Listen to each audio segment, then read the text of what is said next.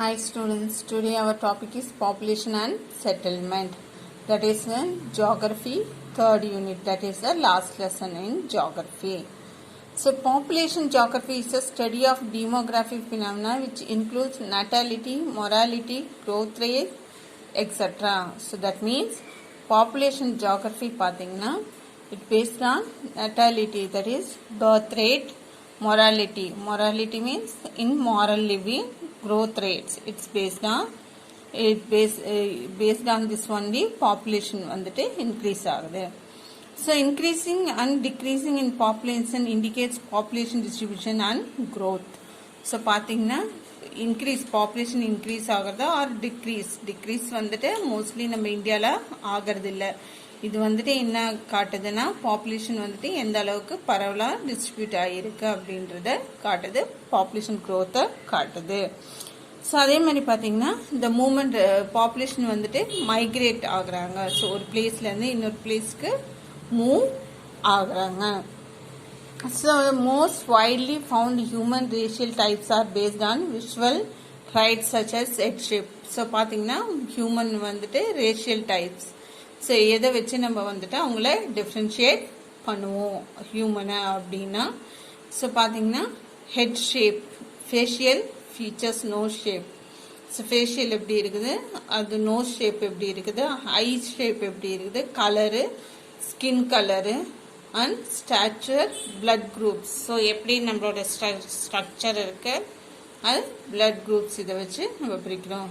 So the major world human races, வேர்ல்டில் வந்துட்டு எந்த மாதிரி ஹியூமன்ஸ் வந்துட்டு முதல்ல உருவானாங்க அப்படின்னா Caucasoid, it is in European, Negroid African, Mongoloids Asiatic, Australoids வந்துட்டு ஆஸ்திரேலியன். ஓகேவா?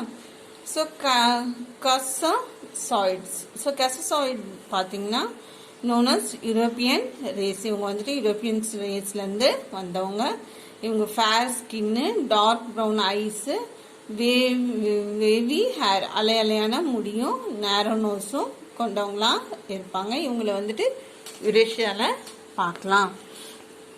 ஸோ பார்த்தீங்கன்னா அடுத்தது நீக்ராய்ட்ஸ் வந்துட்டு ஆப்பிரிக்கா. ஸோ இவங்க வந்துட்டு பிளாக் ஸ்கின், நம்ம இங்கே பார்த்துருக்கோம் இல்லையா, நீக்ராய்ட்ஸ் இப்படி தான் இருப்பாங்க. ஸோ இதில் பார்த்தீங்கன்னா கொடுத்துருக்காங்க பாருங்கள், Caucasoid and Negroid, Mongoloid and Australoid. So கொடுத்துருக்காங்க, பார்க்கறதுக்கு இப்படி தான் இருப்பாங்க. ஸோ பார்த்தீங்கன்னா நீக்ராய்ட்ஸ் வந்துட்டு பிளாக் ஸ்கின்னும், பிளாக் உள்ளி ஏர் பார்த்தீங்கன்னா பின்னின மாதிரி ஒரு ஏரு, வைட் நோஸ் வைடாகவும், லாங் ஹெட்டும் பார்த்தீங்கன்னா பெருசாக லாங் ஹெட்டாக அண்ட் திக் லிப், உதடு பெருசாக இருக்கும். Their living different part of Africa. அடுத்தது பார்த்தீங்கன்னா Mongoloids. So Mongoloids race is commonly known as the Asian American race, Asia American race அப்படின்னு இவங்கள சொல்லுவோம். அதாவது பார்த்தீங்கன்னா ஏசியா அமெரிக்காவில் இதில் வந்தவங்க. ஸோ பார்த்தீங்கன்னா இவங்க எல்லோ ப்ரௌன் ஸ்கின்னு, அதே மாதிரி straight hair, flat phase, head வந்துட்டு ப்ராடாக இருக்கும், மீடியம் நோஸு, இதெல்லாம் இவங்களோட ஷேப். ஓகேவா? ஸோ பார்த்தீங்கன்னா இவங்க ஏசியா அண்ட் ஆர்டிக் ரீஜனில் வந்துட்டு இவங்கள பார்க்கலாம். அடுத்தது பார்த்தீங்கன்னா ஆஸ்ட்ரலாய்ட்ஸ். ஸோ இந்த ஆஸ்ட்ரலாய்ட்ஸ் பார்த்தீங்கன்னா ஒயிட் நோஸும், கர்லி ஹேரும், dark skin and short in height வந்துட்டு ஷார்ட்டாக இருப்பாங்க. இவங்களை வந்துட்டு ஆஸ்திரேலியா அண்ட் ஏஷியாவில் பார்க்கலாம். ஸோ இந்தியன்ஸ் எடுத்துக்கிட்டிங்கன்னா, so the ancient Indus valley சிவிலைசேஷன்லேருந்து வந்தவங்கள தான் என்ன சொல்லுவோம், த இந்தியன்ஸ் அப்படின்னு சொல்லி சொல்லுவோம். இண்டஸ் சிவிலைசேஷன்லேருந்து வந்து ஆரியன்ஸ் அப்படின்னு சொல்லி சொல்லுவோம். ஸோ பார்த்தீங்கன்னா Dravidians origin north India. So பார்த்தீங்கன்னா இவங்க வந்து டிராவிடியனாக இருந்தாங்க. Dravidian people were push south. பார்த்தீங்கன்னா சவுத்துக்கு வந்தப்போ இந்தோ ஆரியன் கேம் லேட்டர், இந்தோ ஆரியன் அப்படின்னு சொல்லி அழைக்கப்பட்டாங்க. சவுத் இந்தியாவில் பார்த்தீங்கன்னா டிராவிடியன் கிங்டம்ஸ் தான் டாமினேட் பண்ணிட்டு இருந்தது. அதில் பார்த்தீங்கன்னா முக்கியமான மூவே இந்த பார்த்தீங்கன்னா யாருன்னா சேர, சோழா அண்ட் பாண்டியாஸ். ஸோ இவங்க 3 பேரும் ரொம்ப முக்கியமானவங்க. ஸோ திராவிட லாங்குவேஜஸ் எல்லாம் என்னன்னு பார்த்தீங்கன்னா தமிழ், தெலுங்கு, கன்னடா, மலையாளம் அண்ட் துளு. இதுதான் வந்து திராவிடியன் லாங்குவேஜஸ். ஸோ ரிலீஜியன்ஸ் பார்த்தீங்கன்னா symbol of group identify and cultural rallying point. So பார்த்தீங்கன்னா ரிலீஜியனை வச்சு அவங்க யார் எந்த குரூப்பு அப்படின்னு சொல்லி ஐடென்டிஃபை பண்ணப்பட்டது. ஸோ அதில் பார்த்தீங்கன்னா classification of religion. So universalised religion. So உலகத்தால் ஏற்றுக்கொள்ளப்பட்ட ரிலீஜியன்ஸ் எல்லாம் என்னன்னு பார்த்தோன்னா கிறிஸ்டியானிட்டி, இஸ்லாம் அண்ட் புத்திசம். அடுத்து பார்த்தீங்கன்னா எத்னிக் ரிலீஜியன். ஸோ பார்த்தீங்கன்னா அந்த இனத்தை வச்சு அவங்க ஏற்றுக்கொள்ளப்பட்டதெல்லாம் பார்த்தீங்கன்னா ஜுடாயிசம், ஹிந்துயிசம் அண்ட் ஜப்பானீஸோட சிண்டோயிசம் இது வந்துட்டு ஏற்றுக்கொள்ளப்பட்டது.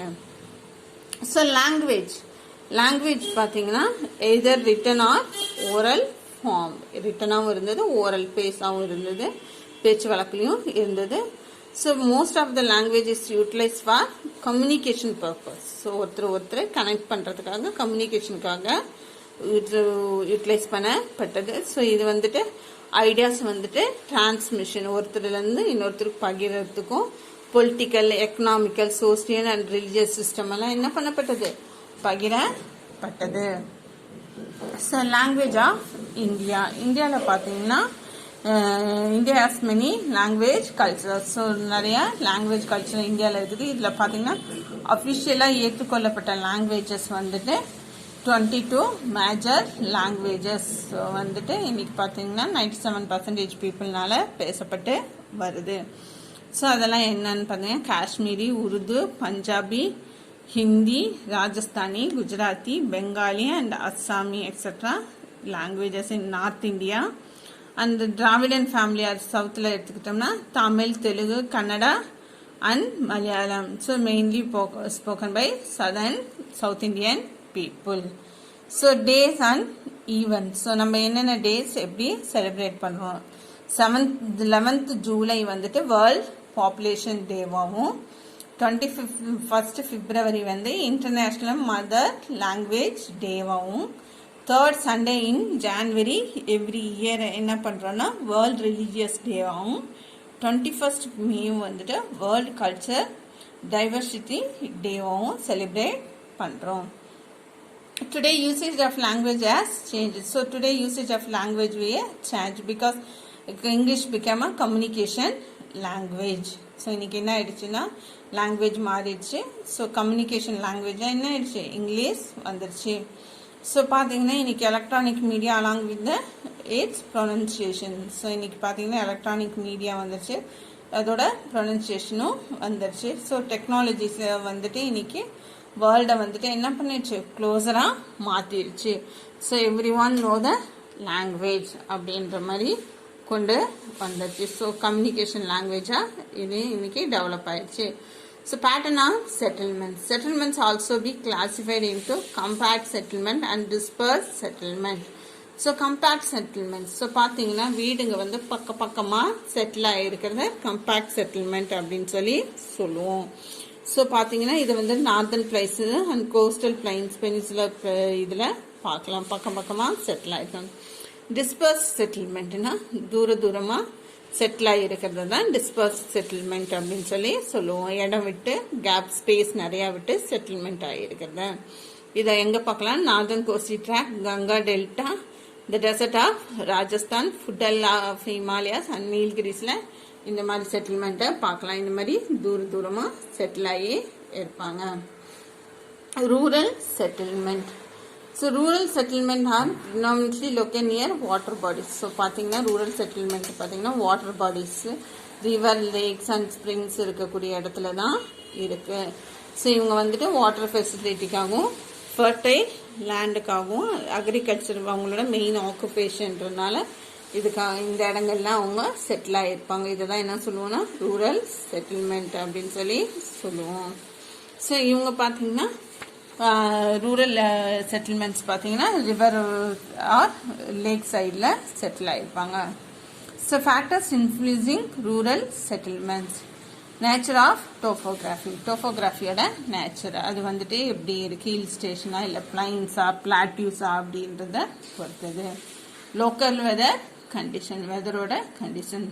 soil and water resources, social organization. So social organization எப்படி இருக்குன்னு, economical condition. So pattern of rural settlement. So the pattern of rural settlement பார்த்தீங்கன்னா அதாவது பார்த்தீங்கன்னா ஹவுஸ் அவங்க எப்படி பில்ட் பண்ணி இருக்காங்க அப்படின்றத பொறுத்தது.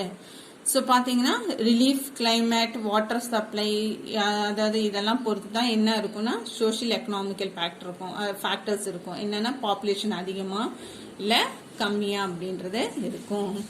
ஸோ பார்த்தீங்கன்னா இந்த பேட்டர்ன்ஸ் எல்லாம் பார்த்தீங்கன்னா such as linear, rectangular, circle, star like pattern இந்த மாதிரி எல்லாம் செட்டில் ஆகி இருப்பாங்க. பார்க்கறதுக்கு இந்த மாதிரி linear settlement, star like pattern பார்த்தீங்கன்னா இந்த மாதிரி ஸ்டார் மாதிரி செட்டில்மெண்ட் ஆகியிருப்பாங்க.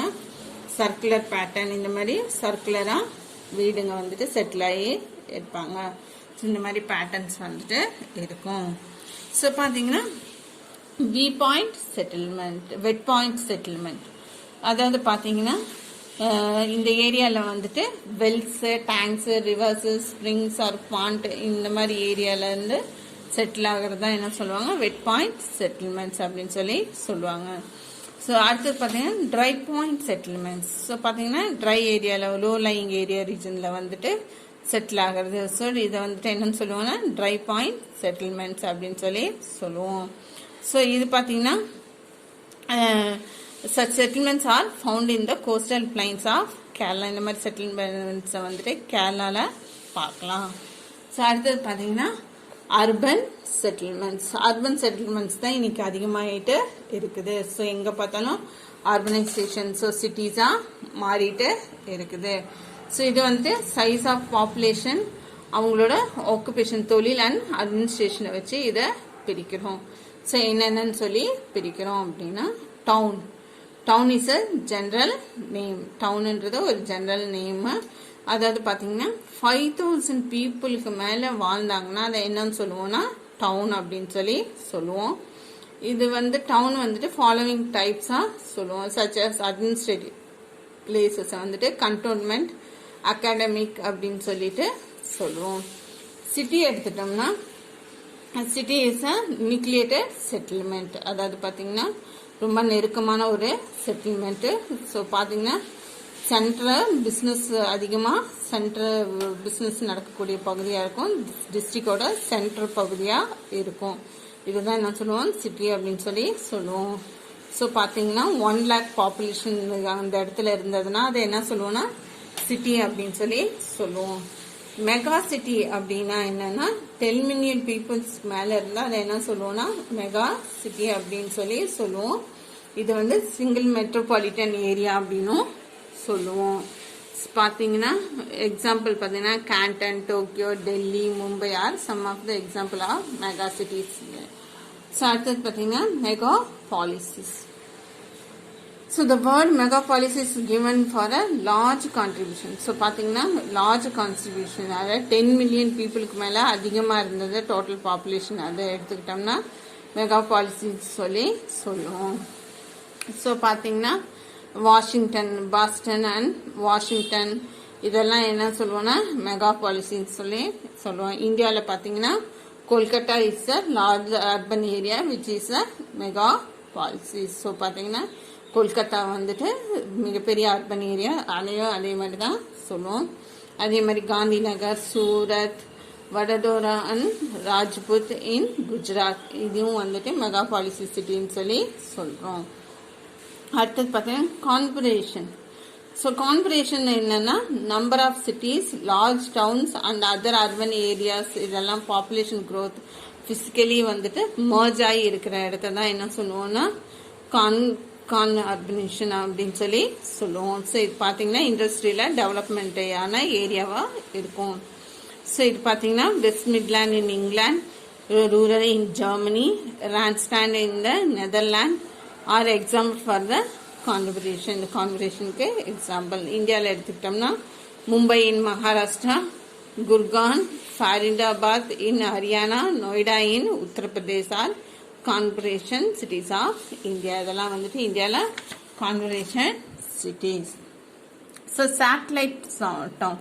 இங்கே சேட்டலைட் டவுன்ஸ்ன்னு பார்த்தீங்கன்னா இது வந்து சிட்டிஸ் பார்த்தீங்கன்னா அர்பன் ஏரியாஸில் கொஞ்சம் ரூரல் ஆர் அர்பன் ஏரியாவிலேருந்து கொஞ்சம் தள்ளி இருக்கக்கூடியதாக இருக்கும், அவுட் சைடு இருக்கக்கூடியதாக இருக்கும். ஸோ பார்த்தீங்கன்னா சேட்டலைட் டவுன்ஸ் ரெசிடென்சியல் ஏரியாவாக ஃபுல்லாக பார்த்தீங்கன்னா பில்டிங்ஸ் பார்த்தீங்கன்னா அப்பார்ட்மெண்ட்ஸாக கட்டப்பட்டு இருக்கிறது, இந்த மாதிரி இருக்கிறது தான் என்ன சொல்லுவோம்னா சேட்டலைட் டவுன்ஸ்.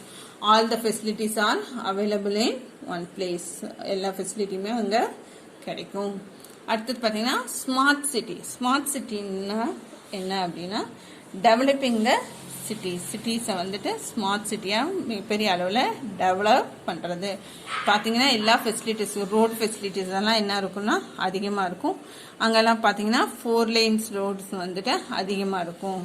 ஸோ 4 lanes இந்த பக்கம், அந்த பக்கம் வரத்துக்கு 4 lanesன்னு 8 lanes ரோடெல்லாம் அதிகமாக இருக்கும். 6 lanes 8 lanes ரோடுங்கெல்லாம் இருக்கிறது தான் என்ன சொல்லுவோம்னா ஸ்மார்ட் சிட்டி அப்படின்னு சொல்லி சொல்லுவோம்.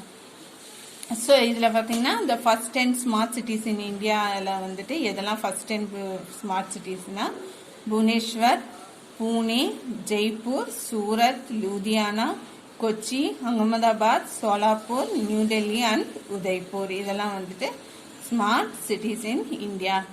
தமிழ்நாட்டில் வந்து 12 மேஜர் சிட்டிஸை வந்துட்டு ஸ்மார்ட் சிட்டிஸாக பண்ணியிருக்காங்க. அதில் எதெல்லாம் வந்துட்டு ஸ்மார்ட் சிட்டிஸ்னால் சென்னை, மதுரை, திருநெல்வேலி, திருச்சிராப்பள்ளி, தஞ்சாவூர், திருப்பூர், சேலம், வெள்ளூர், கோயம்புத்தூர், தூத்துக்குடி, திண்டுக்கல் அண்ட் ஈரோடு. இதெல்லாம் வந்துட்டு இன்னைக்கு ஸ்மார்ட் சிட்டிஸாக பண்ணிட்டு இருக்காங்க, டெவலப் ஆகிட்டு இருக்கு. பார்த்தீங்கன்னா ரோடெல்லாம் வந்துட்டு டெவலப் ஆகிட்டு இருக்கு. So rural urban. So rural areas have predominantly primary activities. Rural ஏரியாவில் பார்த்தீங்கன்னா அக்ரிகல்ச்சர் தான் இருக்கும். அர்பன் ஏரியாஸ் எடுத்துக்கிட்டா what is the differentiation between rural and urban? So ரூரலில் பார்த்தீங்கன்னா அக்ரிகல்ச்சர் மெயின் ஆக்குபேஷனாக இருக்கும், அர்பனில் வந்துட்டு இண்டஸ்ட்ரி. ஸோ இப்போ பாப்புலேஷன் பார்த்தீங்கன்னா இங்கே ஒன்று அங்கே ஸ்பேர்லியாக இருக்கும், இங்கே வந்துட்டு டென்ஸ்டு பாப்புலேஷன் இருக்கும், மக்கள் அடர்த்தி அதிகமாக இருக்கும். ஸோ இது வந்துட்டு வில்லேஜஸாக இருக்கும். பார்த்தீங்கன்னா இது வந்துட்டு சிட்டியாகவும் டவுனாகவும் இருக்கும் அர்பன். இங்கே வந்துட்டு மெயின் ஒர்க் வந்துட்டு அக்ரிகல்ச்சர் ஒர்க். அர்பனைசேஷனில் அர்பன் சிட்டிஸில் வந்துட்டு பார்த்தீங்கன்னா நான் அக்ரிகல்ச்சர் ஒர்க், ஃபுல்லாக industrial work. Simple and relax life in rural area. ஆனால் வந்துட்டு fast and complicated. Fast and பார்த்தீங்கன்னா டெய்லி வேலைக்கு ஓடுறது அந்த மாதிரி ஒர்க் வந்துட்டு ஃபாஸ்ட் ஒர்க்காக இருக்கும். ஸோ பார்த்தீங்கன்னா காம்ப்ளிகேட்டட் லைஃப். ஸோ பார்த்தீங்கன்னா உங்களுக்கு டைமே இருக்காது, ரெஸ்ட்லெஸ் லைஃபாக இருக்கும். ஸோ இந்த இதுதான் ரூரலுக்கும் அர்பனுக்கும் உள்ள டிஃப்ரென்ஸ். பார்த்தீங்கன்னா ஃபெசிலிட்டிஸ் மோர் இருக்கும் அர்பனில், சிட்டிஸில் சிம்பிள் அண்ட் ரிலாக்ஸேஷன் லைஃபாக இருக்கும். Yeah, that's all our lesson, Kana. We will see next class, next chapter. Thank you.